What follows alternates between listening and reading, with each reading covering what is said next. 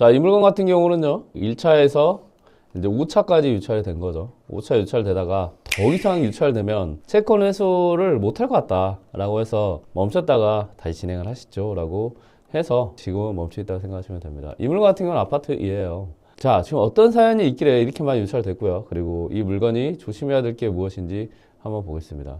아, 여기 보니까 임차인이 있네요. 임차인이 있는데 전입이 있고요. 그 다음에 배당 요구가 있습니다. 자, 그럼 이 물건을 좀 자세하게 공고문을 가지고 설명을 해드리겠습니다. 이 물건입니다. 자, 우리는 권리분석이라는 걸 해요. 권리분석은 제가 말씀드리지만 어렵지 않습니다. 권리분석의 기초는 뭐냐? 첫 번째, 경매와 공매 압류자산에서 권리분석은 말소기준 권리를 찾고 임차인이 있는지 없는지를 확인하는 것. 이게 권리분석의 전부라고 생각하시면 돼요. 그리고 나서 그런 이제 말소기준 권리보다 먼저 있는 어떤 권리가 있다고 하면 여러분들이 그거는 따로 공부해서 빼놓으면 됩니다. 중요한 거는 말소기준 권리를 찾고 말소기준 권리를 찾은 다음에 말소기준 권리보다 먼저 살고 있는 임차인이 있는지 없는지를 본다. 자, 임차인 같은 경우는요, 먼저 살고 있다는 거는 거기에 전입 날짜를 보고 우리는 보통 권리 분석을 하게 돼요. 그래서 말소기준 권리보다 먼저 전입한 사람이 있는지 없는지를 확인하는 것, 이게 굉장히 중요하고요. 자, 먼저 전입했다는 건 뭐냐? 말소기준 권리 날짜가 있고 그 날짜보다 먼저 전입해서 살고 있는 사람이 있다고 하면요, 그 말소기준 권리는 이 전입까지는 없앨 수 없는 그런 구조이기 때문에 이 전입한 사람은 우리가 흔히 선순위 임차인이라고 하고 우리는 이런 임차인을 대항력 있다라고 합니다. 다만 이 임차인은 무엇을 주고 이 집에서 할 수 있냐라고 하면요, 보통 계약하고 그 다음에 보증금을 주고요, 그 다음에 이 집에서 살 수 있습니다. 그러면 그 보증금을 가지고 보호를 받는 것, 그게 주택임대차보호법에서 보호받는 계약인도 전입에 의한 대항력이라는 게 있고요. 그리고 이 보증금을 가지고 등기부 등본에 올리면 이게 여러분들이 흔히 아는 전세권이다라고 생각하시면 돼요. 그래서 주택임대차보호법에서 대항력으로 보호되는지 보시고요. 그 다음에 두 번째는 이 사람이 혹시 전세권이라는 걸 설정을 해서 민법에서 보호하고 있는지를 봐야 됩니다. 자, 한번 보시죠. 여기 보니까 여기서 이제 말소기준 권리를 보면 전세권이라는 게 이제 말소기준 권리로 보이고 말소기준 권리가 2014년 12월 31일로 되어 있네요. 아, 이게 뭐지? 전세권이 말소기준 권리가 될 수 있냐? 라고 이제 궁금하시죠? 될 수 있습니다. 전세권도 민법에서 보여주지만 이 전세권으로 돈을 받으려고 하면 그게 배당 요구이죠. 돈을 주세요 라고 배당 요구이고, 이걸로 돈을 받는 행위가 또 경매에서 또 뭘까요? 그렇죠? 이걸로 경매를 신청하는, 이미 경매가 되면요, 이 두 가지는 이 전세권으로 돈을 받는다고 해서 이게 말소 기준 권리가 됩니다. 그러면 이게 여러분들이 경매를 공부하는 중급자분들이 가장 조심해야 될 권리 분석 형태 중에 하나예요. 어떤 거냐? 이거는 여러분들이 이전에 좀 공부를 하셨던 분들은 아실 거예요. 당연히 이 전세권으로 말소기준 권리가 되기 때문에 이 날짜가 2014년 12월 31일이죠. 여기를 보면요, 전입 날짜가 2015년 1월 2일이에요. 그쵸? 그러면 이 전세권이라는 말소기준 권리보다 뒤에 전입해 있네요. 그러면 이 전입해 있는 전입은 뭐가 되는 거죠? 그쵸? 이거는 말소가 되는 게 원래 기본적인 권리 분석이고 여러분들이 지금까지 권리 분석을 했던 그런 내역들이라고 생각하시면 됩니다. 자, 이 케이스가 좀 전에 말씀드린 것 같이 전입을 했죠? 전입을 하면 주임법, 주택임대차보호법에서 보호를 해줍니다. 이해됐죠? 자, 이 전세권을 했죠? 전세권은 뭐냐? 이거는 민법에서 보호해주는 이 임차인으로서 보호를 받는 권리라고 생각하시면 됩니다. 그래서 임차인은요, 권리 분석을 할 때 이 두 가지 꼭 봐줘야 돼요. 전입을 했냐와 그 다음에 전세권을 혹시 등기부 등본에 설정을 했냐입니다. 자, 이분은 보증금을 주고요, 1억 4,800만 원을 보증금을 주고 그 다음에 좀 불안한 거예요. 불안해서 일단은 집주인에게 동의를 얻고 전세권을 설정을 했죠. 그래서 인정이 됐습니다. 그런데도 불안하니까 뭘까지 했어요? 이분이 또 전입까지 했어요. 그래서 전입을 해서 이분은 대항력까지 인정이 되는 그런 케이스가 된 거죠. 다만 여러분들이 봐야 될 거는 이 전세권이라는 게 말씀드렸다시피 돈을 달라고 했기 때문에 말소기준 권리가 된다고 했어요. 그런데 이 말소기준 권리보다 뒤에 전입한 이 임차인 같은 경우는 어떻게 되는데요?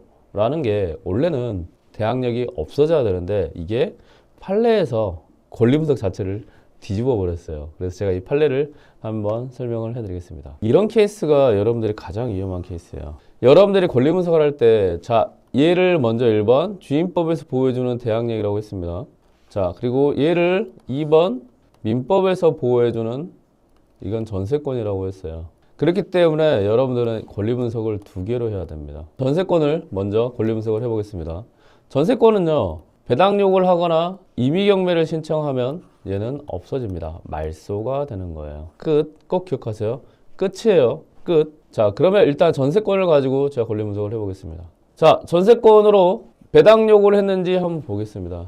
그런데 여기서 보니까 임의 경매라는 단어가 있죠. 이거는 전세권으로 뭘 했냐? 경매를 신청한 거예요. 그러면 경매를 신청했기 때문에 돈을 주세요라고 한 거죠. 배당 요구가 똑같아요. 그러면 이 전세권으로 돈을 받으려고 했기 때문에 이 전세권은 뭐가 되냐? 말소가 됩니다.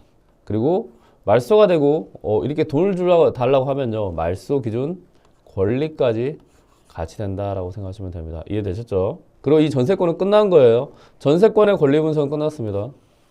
전세권의 권리 분석은 끝났어요. 그럼 얘가 이제 말소 기준 권리가 됩니다. 자, 이제는 두 번째. 대항력 있는 임차인에 대해서 이제 설명을 하는 거예요. 말소 기준 권리가 2014년 12월 31일입니다. 자, 전입 날짜가 12월 1일이에요. 그렇죠? 얘를 가지고 선후를 따져야 됩니다. 자, 2014년 12월 31일이고요. 그 다음에 전입 날짜는 2015년 1월이에요. 말소 기준 권리보다 전입이 어떻게 되죠? 뒤가 되는 거예요. 정확히 말하면 후순위 임차인이에요. 근데 여기는 보면 대항력이 있음이라고 나오죠. 영어로 뭐냐? 주임법이라는 법이 있고 플러스 민사집행법이라는 경매에서 진행하는 법에 의해서 얘는 원래 대항력이 없어야 되지만 이게 이 법을 해석하는 게 판례라는 거거든요. 판례 중에서 가장 최종적으로 확정이 되는 것을 우리 대법원 판례라고 합니다. 이 대법원 판례에서는 일반적인 우리가 주임법과 민사집행법에서 계산하는 권리분석과 다른 판례를 내버렸죠. 자, 그러면 이 판례를 한번 보겠습니다. 판례는 저는 여기서 많이 검색을 해요. 케이스 노트에서 많이 검색하거든요. 보면 대법원 201-900이라는 판결이 있습니다. 얘를 컨트롤 C 해서요. 넣어볼게요. 그 다음에 돋보기 표시를 하면요. 여러분들이 굉장히 이렇게 판례를 찾아보기가 쉽게 케이스 노트는 되어 있습니다. 판시사항은 어떻게 보면 결론이라고 생각하시고요. 이 판시사항을 가지고 이게 왜 이렇게 됐는지를 이를 결정한 내용에 대한 어떤 중요한 포인트이고요. 그 다음에 이제 전체적인 이 판례를 하게 된 이제 그 어떤 상황이 나옵니다. 이제 이게 상황이에요. 이 사람들이 이렇게 제출했고 뭐 했고 어쩌고저쩌고 한 상황이에요. 근데 이런 상황까지는 지금 볼 필요 없고요. 여러분들이 판례를 볼 때 알아야 될 거는 이 적극, 그 다음에 소극이라는 단어가 나옵니다. 자, 적극은 뭐예요? yes, 인정. 소극은 no, 불인정이라고 생각하시면 됩니다. 아셨죠? 자, 여기서 보니까 최선순위 전세권자라는 게 첫 번째 있네요. 주택임대차보호법 대항력 임차인을 지위를 함께 가지는 이게 두 번째이네요. 이게 무슨 말이냐? 이거와 똑같다는 거죠. 여기서 보니까 우리가 전세권으로 가지고 있다 했죠? 전세권이 이 소유권 이전 말고 다른 권리보다 가장 먼저 있어서 이런 걸 최선순위 이 전세권이라고 합니다. 1번. 자, 두 번째 2번. 전입고 있죠? 전입. 이거는 주택임대차보호법에서 보호해주는 대항력까지 같이 가지고 있는 임차인입니다. 이게 이 판례 2010-900 판결이라고 생각하시면 됩니다. 자, 보시죠. 자, 그러면 이 최선순위 1번 전세권자로서의 지위와 주택임대차보호법으로서 대항력의 지위를 2번 자, 함께 가지고 있는 사람이 자, 여기 3번 전세권자로서 배당 요구를 했네요. 자, 3번 전세권자로서 배당 요구와 플러스 돈을 달라고 하는 거 똑같아요. 뭐예요? 임의 경매를 신청했을 때도 같습니다. 배당 요구를 하여 전세권이 매각으로 소멸한 경우 자, 배당 요구와 임의 경매를 신청하면 없어지는 거예요. 이해됐죠? 그리고 변제받지 못한 나머지 보증금에 대하여 대항력을 행사할 수 있는지 여부 적극이라고 되어 있습니다. 여러분들이 이거를 잘 이해해야 돼요. 그러니까 많은 분들이 이 내용을 하나로 이해해가지고 이런 분들이 계세요. 최선순위 전세권자로서 배당 요구를 하면 변제받지 못한 보증금에 대해서 대항력을 행사할 수 있다. 이렇게 판례를 오해하신 분들이 계시거든요. 아니에요. 판례는 정확히 끊어서 이해해야 여러분들이 정확히 이해할 수 있습니다. 자, 첫 번째 다시 한번요. 최선순위 전세권자로서 1번 가지고 있죠. 그리고 주택임대차보호법에서 지위를 가지고 있습니다. 2번. 그래서 전세권자로서 배당요구를 하면 어때요? 전세권은 첫 번째 1-1이 되는 거예요. 뭐요? 매각으로 소멸이 되는 겁니다. 얘는 어때요? 소멸이 되는 거예요. 이해됐죠? 그런데 이때 이 전세권으로 말소기준권이 됐을 때 얘보다 뒤에 있는 이 대항력에 있는 임차인이 변제받지 못한 보증금은 어떻게 되는데요? 예, 대항력을 유지할 수 있다는 게 적극이라고 해서 인정이 됐습니다. 자, 이 말은 무엇이냐? 여러분들이 권리분석을 처음에 자신이 붙으면 전세권이 돈을 달라고 하면 말소기준 권리가 되는구나. 이게 경매에서는 배당이 되는 거고요. 잘 기억하세요. 공매에서는 뭐냐? 배분이 됩니다. 그리고 이 두 개 다 배당 요구와 배분 요구를 하면 어떻게 된다? 말소 기준이 됩니다. 둘 다 돼요. 경매도 마찬가지고 공매도 마찬가지예요. 그러면 얘는 전세권으로서 경매를 신청했죠. 임의 경매 신청했기 때문에 배당 요구가 왔습니다. 그래서 2014년 12월 31일이 뭐가 되냐? 말소 기준 권리가 되는 거예요. 자, 그러면 이 말소 기준 권리보다 전입 날짜가 2015년 1월 2일이니까 어떻게 되죠? 뒤에 있잖아요. 뒤에 있는데 후순위예요. 그런데도 판례는 뭐라고 했냐? 뒤에 있더라도 이 임차인이 보증금을 경매 절차에서 다 배당받지 못하면 요거는 어떻게 된다고요? 대항력을 유지한다라고 되어 있습니다. 그래서 여기서 대항력 있음이라고 하죠. 자, 여기서 중요한 포인트는 뭐냐? 많은 사람들은 이것만 가지고 권리 분석을 한단 말이에요. 경매에서. 근데 이게 공매로 넘어가잖아요. 그러면 이게 없어요. 없고 이거는 여러분들이 정확하게 공부를 해야 돼요. 이게 없으면 어떻게 되냐?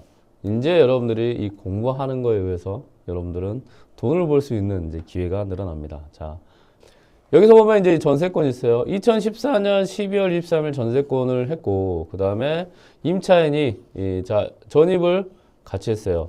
이 두 가지는 뭐냐? 이 보증금을 보호하기 위해서 강화시킨 거라고 한 거예요. 이 전세권이 말소기준 권리라고 해서 2015년 1월 2일이 얘보다 뒤에 전입을 했다고 하면 그게 이제 후순위 임차인의 지위라고 보이더라도 이 전세권을 가지고 얘를 없애는 거는 이건 말이 안 돼. 부당하다라는 게 판례 입장이고 여러분들이 이제 이런 케이스는 조심해야 돼요. 임차인 황경숙이라는 분이 전세권을 만들고 그 다음에 전입까지 만들었을 케이스는 조심해야 된다. 그리고 권리 분석을 두 개로 해야 된다. 그리고 이 전세권으로 해서 배당 요구를 하거나 그 다음에 경매를 신청하거나 공매에서는 배분 요구를 하면 말소가 되고 이 말소가 말소기준 권리가 되지만 이 임차인의 전입이 뒤로 했다고 해서 요거까지 없애주는 건 아니다라는 걸 기억하십시오. 자, 이 물건은 말씀드렸다시피 다시 한번 이제 제가 설명을 해드려요. 임차인 황경숙이라는 분이 이렇게 두 군데가 있어요. 등기부등본상의 전세권으로 설정을 했으면 인정. 주택임대차보호법에서 전입을 해도 인정. 그래서 이 사람은 하나의 권리가 있는 게 아닙니다. 이 보증금을 가지고 이 전세권으로도 1번 가지고 있고요. 2번 이 전입을 한 대항력도 같이 가지고 있습니다. 그렇기 때문에 이 전세권을 가지고 권리 분석을 했을 때 이 전세권에 의해서 이 2번인 전입까지 없어지는 거는 부당하기 때문에 이런 경우에는 뭐예요? 임차인이 1억 4,800만 원이라는 이 보증금을 다 받을 때까지 이 대항력이 유지가 된다. 다만 이 사이에 뭐가 없어야 돼요? 이 관계인에 대한 권리가 없어야 됩니다.